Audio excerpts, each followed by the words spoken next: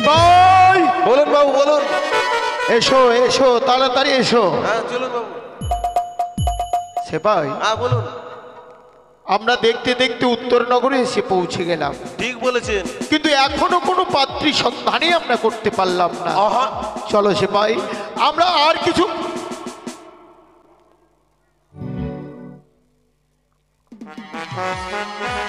সেপাই হ্যাঁ বলুন। কিছু দেখতে পাচ্ছ?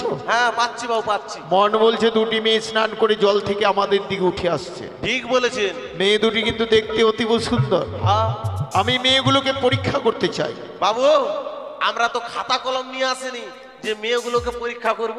ওরে সেপাই হ্যাঁ। এ খাতা কলমের পরীক্ষা নয়, তাহলে আমি তাদের সতীত্ব পরীক্ষা করব। চেয়ে দেখো আমার হস্তে রয়েছে মাতা চণ্ডীর দয়া হেমতাল। হেমতাল। এই হেমতাল দিয়ে তাদের পরীক্ষা করে জানতে চাই মেয়েগুলো সতী কি অসতী। বেশ বাবু বেশ। কিন্তু সাবধান, হ্যাঁ। আমরা যে ওদের পরীক্ষা করছি ওরা যেন তা ঘুণাক্ষরেও বুঝতে না পারে। বেশ বেশ বেশ বেশ। জয় শিব শম্ভু, জয় শিব শম্ভু, জয় শিব শম্ভু। সখী রে, ওই তো আমাদের বাড়ি দেখা যায় সখী। সত্যি সখী, আমরা চলে এসেছি, চলো তো চলো। আমরা এগিয়ে দেখবো কেমন। ঠিক আছে।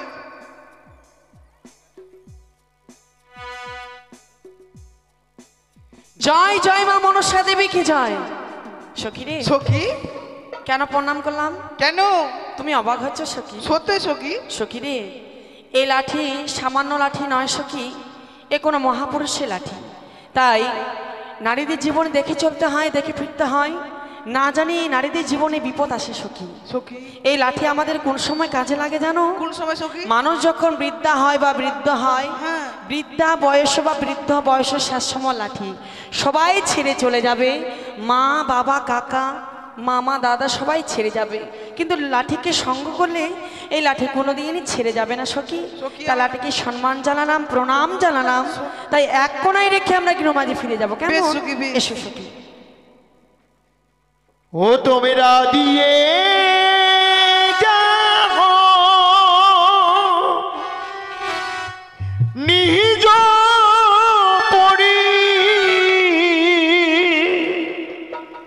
পরিচয় গো ইয় গো কার ঘরেরই কন্যা তোমরা গো।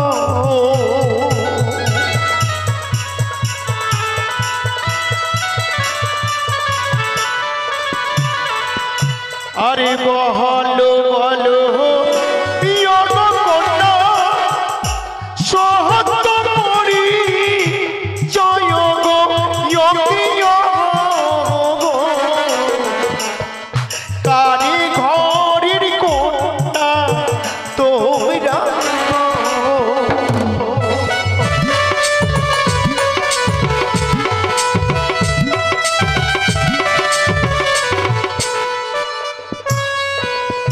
বলো তোমার পদ নিয়ে যাচ্ছ, তোমরা কার ঘরের কন্যা?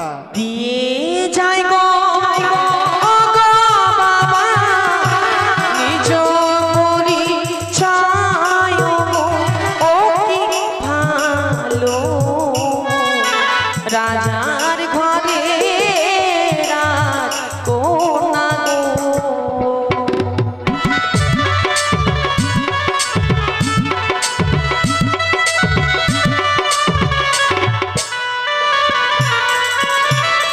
সেপাই বলুন বাবু। রাজঘরের রাজকন্যা, মেয়েগুলোকে দেখেই মনে হচ্ছিল কোনো রাজকন্যা হবে। ঠিক বলেছেন। কিন্তু প্রশ্নের জবাবে পাওয়া গেল সত্যই তারা রাজকন্যা। হ্যাঁ কিন্তু বাড়ি কোথায়, পিতামাতা কে তা তো জানা হলো না। জিজ্ঞেস করুন। আরে কোথায় তোমার হয় গো বাড়ি, বলো প্রকাশ করি গো ইয় গো। কি নাম তোমার পিতা মাতার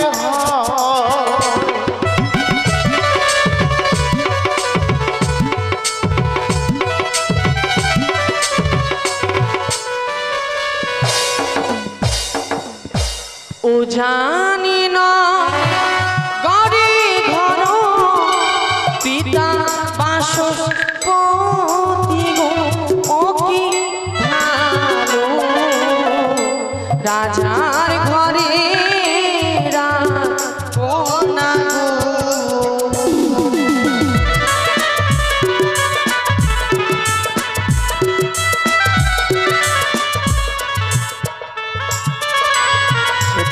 হ্যাঁ বলুন।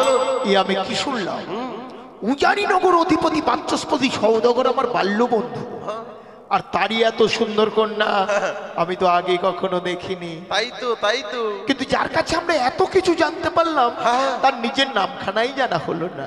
তাহলে বলেন আর কি নাম তোমার হয় গো কন্যা, বলো প্রকাশ করি গো যোগীয় গো,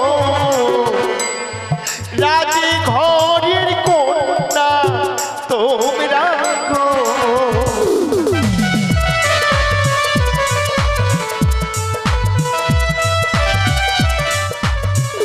বাবা গো, নিজের নামটি বেহুলা নাচনি। উত্তম। সত্যি গো। সে ভাই, মেয়েটি দেখতে যেমন সুন্দর সুন্দর, নামখানিও ততটাই সুন্দর। ঠিক বলেছেন।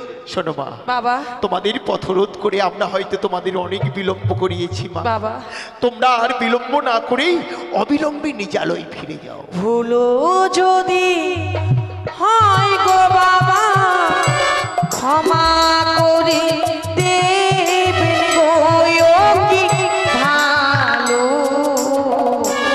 এখন আমরা যাই চলে গো।